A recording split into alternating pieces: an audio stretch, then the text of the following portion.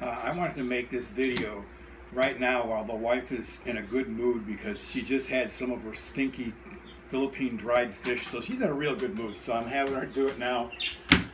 This video is about this guy right here. I'm going to show it to you in a little while. I bought this in 1993 from an article in the Shotgun News magazine. And I had always wanted a Swedish Mauser at the time.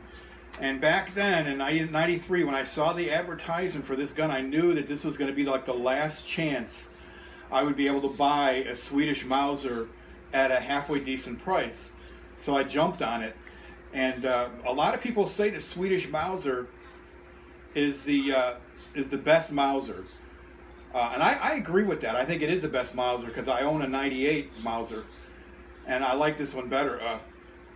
But the Model 38 carbine version of the Swedish Mauser is the best Swedish Mauser. And that's what this guy is here. This is a Model 38 Swedish Mauser, and it's a carbine. A company called Husqvarna. This was before they started making lawn tractors and chainsaws. They made these guns starting in 1941, and I think just until the end of the war, pretty much. It looks to me like these guns were put in storage right after the war because this gun arrived to me in like pristine condition. You can see the stock on this gun is just beautiful, and the action looks like pristine. This is a parts matching gun. A lot of the parts have the same last three digits of the serial number of the receiver, and that's how this gun is. I should say all the parts match, including the bolt and the receiver and the magazine plate over here. Even the butt plate back here matches. And so this is a nice rifle, and I paid a pretty penny for it back in '93. I think I paid about $200 for this. Don't hate me. There's probably a lot of people out there right now that are looking at this and they're saying that, you know what, they're probably hoping that I die and my wife would sell this gun to them real cheap, but that's not going to happen. I've told all of my family, I should say my family knows exactly how much my guns are worth, so they're not going to throw them away cheap or sell them cheap. Anyway, let's go over this rifle. It's your basic. This is your basic Mauser action. So you follow it here. It cocks on closing, this particular rifle. Got a nice trigger pull. This is your safety. The safety has three positions. Up here, well, it's safe right now. I'm sorry, excuse me. It's fire right now. This is the first safety position in the middle here. You can't fire the gun, but you can open up the bolt. This is the regular safety position, and this way the bolt is locked. So you got a three-position safety on this gun, which is nice. One of the things that I don't like about this gun is that you can't recock this gun while the bolt is closed.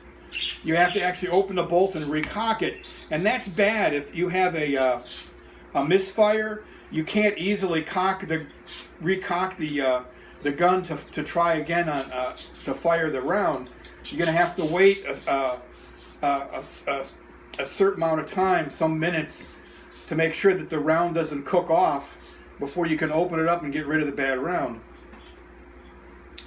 This is a lever on the side here. You open this lever if you wanted to remove the bolt. Open the lever. The bolt comes out. You put the bolt back in. Got to push the follower down when it's not loaded. There you go. Nice smooth action, Mauser. If you look at the inscription on this gun, can you get the inscription? Trying to get it here. Here. Up here. Can you get this? Up on the edge here. It says Husqvarna 1941. This rifle was made in 1941. Okay. Now, these guns were equipped with what they call a stock disc. And what the information on this disc, get a close up of this disc here, Merriman. Come on, get close. The information on this disc came from either the factory this gun came from, or a depot that did a rebuild on these rifles. And there is information on the condition of the barrel, the size of the bore diameter on this barrel, and if this gun was designed for the 1941 or Model 41 ammunition. This particular, according to the stock disc here, this rifle was equipped for the Model 41 Spitzer boat tail bullets or cartridges. According to the information on this stock disc, this rifle probably has never been rebuilt, because it says that the condition of the barrel is a 0, which means new. It also says that the bore diameter on this particular barrel is 6.49. Remember, this is a 6.5 by 55 ammunition, so the bore on this is 0.649. So it's got a nice bore. This gun is practically new. I don't know how. It probably saw very little use, if any, after they made this. Now, I put an aftermarket rear sight on this gun that's adjustable for windage and elevation. But before you guys out there start screaming that I ruined the gun, I have the original sight that I can put back on it. So relax. I'd like to show you some of the ammunition this particular rifle uses. This is if you look at this, get a nice picture of this. This is the M41 projectile. These are military ammunition. I originally bought a nice case of military ammunition for this gun, or surplus ammunition, when I got the rifle. This has got the latest the Model 41 projectile on it. This ammo was made in 1987. And let's take a look, and I'll show you what they are. There's 20 cartridges in here. And here we go. Here we have 6.5 by 55 Swede ammunition. This is, in my opinion, the best Mauser cartridge out there. One of the latest cartridges out there now is what they call 6.5 Creedmoor. And in my opinion, this is just as good or better than a 6.5 Creedmoor, and it's been around since what, 1896? Look at that, huh? I mean, if you look at this ammo, this is made in '86. It's pretty good. It's in pretty good shape for 1986. And I got to tell you, when I shoot these, these are all surefire and very accurate. The bullets on these cartridges are absolutely beautiful. You notice how thin and long they are. It's like a perfect. It's a perfect projectile, and that's why these bullets fire, or this cartridge fires nice and flat. It's got a straight trajectory instead of going up and down like a rainbow. This is a great cartridge, and I just love shooting this gun. It's like one of the smoothest bolt action guns I ever shot. I have a short video of my son shooting this for the first time, and he loved it.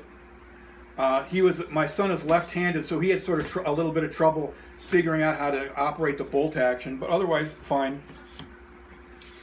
I actually have a bayonet for this rifle, a bayonet and the original frog, which is like the bayonet sheath that came with it. But I got it stored somewhere. I wish I would have brought it out because it's a beautiful bayonet and frog, I should say. And see, what else do I have to say about this rifle? You know, the only thing that I dislike about this rifle is, you look at this sight up here. There's no hood protecting this sight, and this thing is very sharp. And I usually carry this in like a gun sock. It's like a soft gun sock, I guess you'd call it, with a zipper on it. And And this, when I pull it out, it always catches on the inside of that gun socket. It rips the damn, it actually rips the lining in the damn gun socket. It just pisses me off. But I can put up with that because this is such a great rifle. I really should get a hard case for it, but I never did. Oh, this over here is your, you just unscrew this, and this is your cleaning rod. I never use that because I use a regular, some of my own cleaning stuff to clean this gun when I clean it. And I just wanted to show off this gun. This is like one of the best Mausers ever done. As far as I'm concerned, this is like the it's like the Duesenberg of Mausers. It's just one of the most greatest. It's the best built Mauser out there. And this is why one of the reasons why people used to buy surplus guns is originally people bought them because they were cheaper than buying a brand new hunting rifle. And that's the way it had been for a long time until these guns finally dried up. The surplus guns finally started to dry up. And then people noticed how beautiful these guns are made. I mean, this gun cost me $200 back then. It's worth a lot more now, but nowadays you can buy a nice hunting rifle for about $350, including a nice scope. But that hunting rifle is going to have a plastic stock, and it's going to be sort of like slapped together compared to the way these rifles were virtually handmade. I mean, it's just amazing. You'll never see on the new rifles nowadays. I don't think you have matching serial numbers on all of the parts like these guns have. Anyway, I just wanted to make this video, like I said, while my wife was in a good mood. And I wanted to thank my wife again for being so nice, because I love her so much, for making these videos for me. I love you. Thank you.